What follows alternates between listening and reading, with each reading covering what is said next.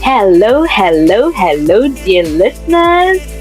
My name is CoachBusi back here on Toast Talks with yours truly, Coach Busi. Today, my guest has stories for days. You are going to enjoy listening to my guest, GTM Eric. Welcome to Toast Talks with Coach Busi. It's an honor to have you, sir. Thank you. Thank you so much, Coach Busi, for the invitation. And I'm excited to be here with you today. Amazing. DTM Eric, you have had a shout out from one of my guests, and they said, whatever you do, Coach Busi, for this first 100 podcasts where we are celebrating the 100 years of Toastmasters existence, you absolutely have to have the amazing, the one in a million DTM Eric.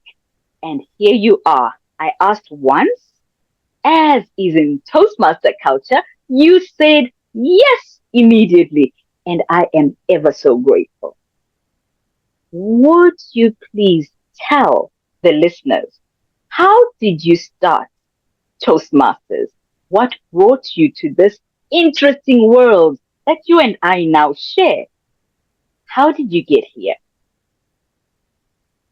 Let me tell you something about how I got here. Back in the year 2007, in fact, 2006, I decided to, lift my family out of poverty. And it started even way before that, because when I left home to go and look for work so that I can get the family out of poverty. So when I got work, it did not go my way because I started to work for the municipality, and then I went to work for the national government or in foreign affairs, international relations. But I came to realize it will not take me and my family out of poverty. What I was hoping for will not happen. And I got this epiphany to say, look inside yourself. What is the gold and diamonds that you have inside yourself that will change not only you, but your entire family? Wow. And I looked inside myself and I realized, no, I think talk show is the way to go. Start your own talk show and you will start growing and making your own money. But the problem was, I did not know English very well. That's problem number one. Problem number two, I was a stutterer and a very serious, because even my own name, I could not call it well. When you ask me, what's your name? I will be like, my name is Eric. So I used to have a very big start. And then at the same time, English was not my strongest. I knew English, but in articulating, it became a serious problem. So now my talk show came to a halt to say, this idea, it's a good idea, but it's a bad idea. Yep. Competition is big. That is where I went to look for an institution that will teach me public speaking. And I went to universities, I went to colleges, and they were very expensive because the job that I was doing was not paying. They were very expensive. I went to Professional Speakers Association, and then I was rejected because I had nothing to offer. When you go for the national professional speakers, you must have something to offer. And then the national associations and all those associations, you must have something to offer. You can't just come and say, I want to learn from you, especially if you don't know. And then somebody directed me to Toastmasters. He said, go and look for Toastmasters. And that is what I did. I went to look for Toastmasters 2007, and I found it.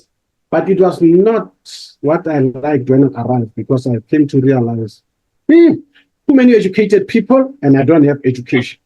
Too many educated people. And I attended about 2 meetings and I looked, I said, no, this is not for me. And I went, and then few months later, I went back again and I said, no. Until one day I decided, you know what? They say they can help me. Let me give them the benefit of the doubt, because Right. the price is good. So I can There afford you go. Let me just join. That is how I joined Toastmasters. So I joined it 1 year later after I found it in 2007, and I joined in 2008. I can say I went for about 6 meetings in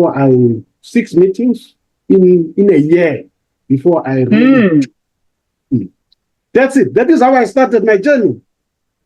Now, I love some of the points that have come up. One, you knew what you wanted to do, but you were not fully skilled for it. And the challenges that you mentioned are real challenges. Stuttering, not knowing the English. But one I would say English never liked us. It's not our Yeah. mother. So I hear you with that concern. But there must have been something that was enticing you enough to say, keep coming back. Because all the other institutions you would go, you'd find, oh, the price is out of my price range. You go to this institution, something else disqualifies you. But Toastmasters, you first went and you said they're too educated. And I know there's some clubs like that because we have so many different types of clubs. But even with that, there was something inside you and Toastmasters which really wanted that meeting to happen. What is it that made you keep coming for the 6 meetings until you finally said, hey, it's my money after all. If I'm paying whether they're educated or not, I will be within. What was that which said keep coming back? No, you see, in my case, I wanted. Remember, I had a goal. I need to start a talk show, and I need to correct my English. I want at least top class, top notch English. So I really wanted an institution that will help me to achieve that. So my own passion, with the goal that I have, are the ones that really drove me to want to do something about the situation where I found myself. Right. So what Toastmasters, I realized, as much as there were too many educated people in this club, I might learn something from them. There you go. To learn something from them, I need to attend a lot. It was not easy. Let me tell you, it was not easy. I always tell. I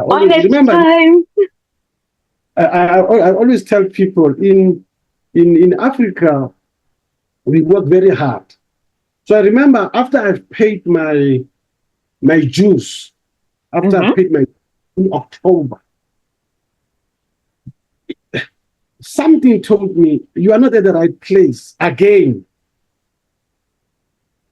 And oh boy, this time it was my armpits, because I always tell people I used to have a very strong smell from my armpits. So I'm sitting there in the Toastmasters club with these smelly armpits, and people were moving away. They were literally moving away from me. But I said, I'm here to learn, and I came to learn that for you to learn in Toastmasters is to get evaluations. So I told myself, okay, look, I don't care. My armpits will get well. They will get well. They will smell well one day. Even if they don't smell, one day is one day. I need evaluations. I need to deliver speeches.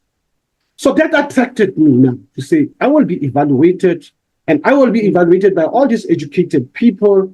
I don't have a Yeah. degree, don't have qualifications, I have nothing.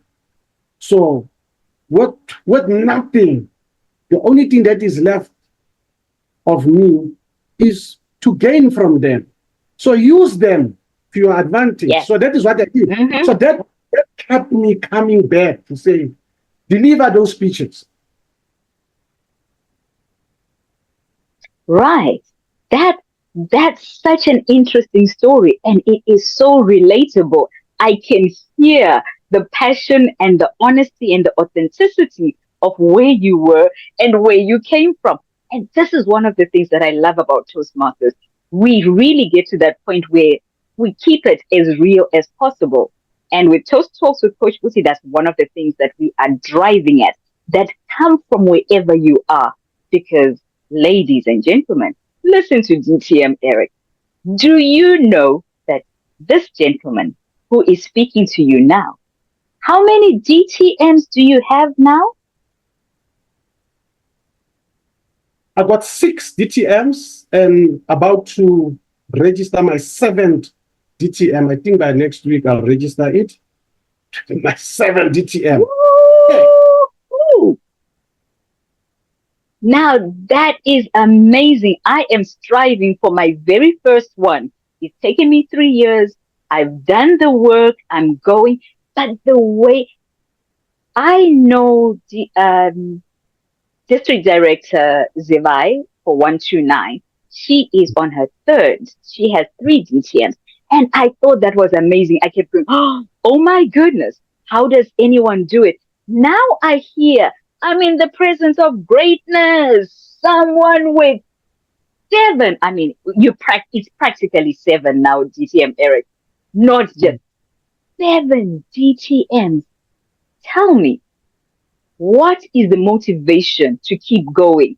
We know that I can guarantee, even though I'm not sitting next to you, I can guarantee that your armpits are no longer swelling. So people like to be around you now. I can guarantee, because I can hear it, your eloquence in speaking, your confidence. I know we're going to get to the point about coming out of poverty later. But for now, what is the motivation for you to keep going? 7 DTM, the way I've worked hard for this first one. Please share with your sister. What is the magic? Let me be upfront. Mm. There is, for me, not knowing. You see, not knowing is my motivation. Ah. Because look, let me tell you, if you don't know, most of the time you just do Mm-hmm. until you know. And that is the beauty of Toastmasters. If you don't know, you just do until you know. I'll Mm. give you an example. Let me give you an example. I was attending meetings, like 3 years, like you, 3 years down the line. In fact, it took me 3 years to finish my first 10 speeches, CC 10, back then. Yes. Yes. So one day I was sitting with this old man called Vic Brutz.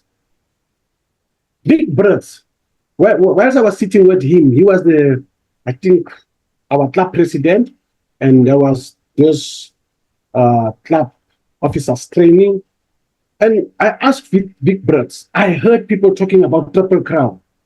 I heard people talking about Triple Crown. What is Triple Crown? Yes. Because I did not know. I did not know what Triple Crown is. So if you don't know, you see, you keep on doing. So Vic Brutz told me, you know what Triple Crown is? Triple Crown means 3 certificates from Toastmasters.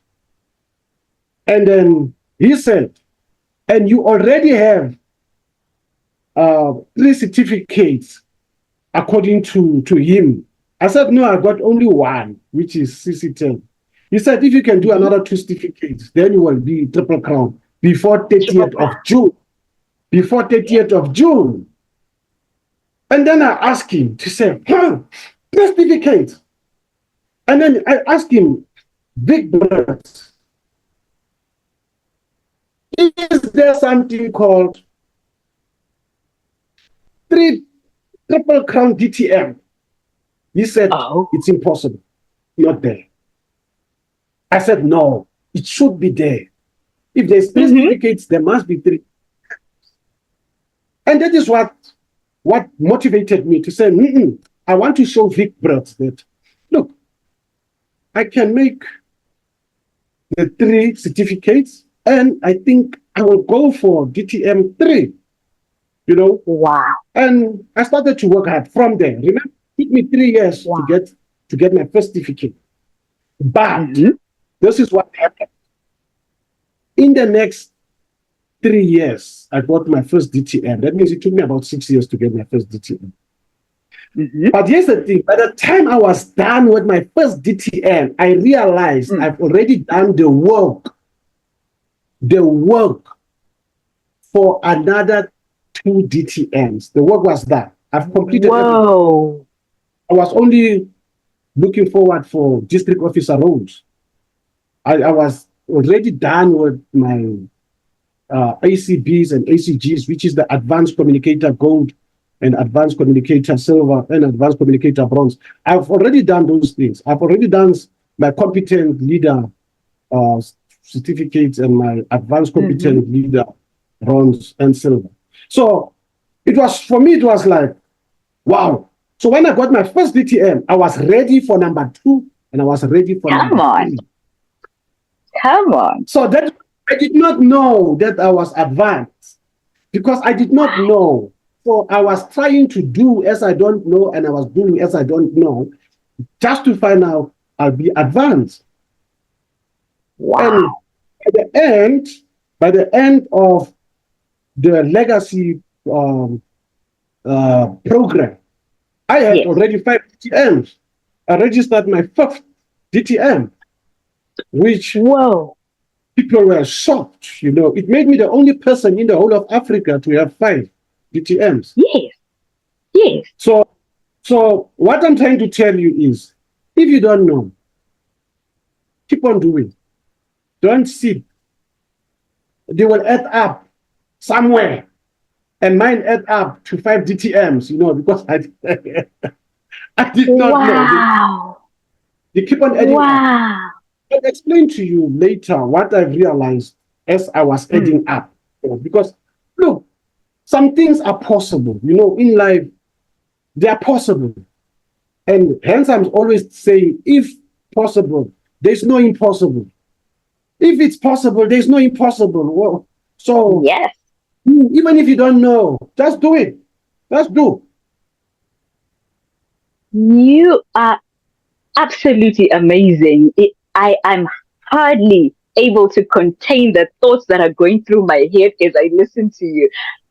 You remind me of Roger Bannister's story, the gentleman who ran a mile in under a minute, the 4 minutes mile, where they had said can't be done.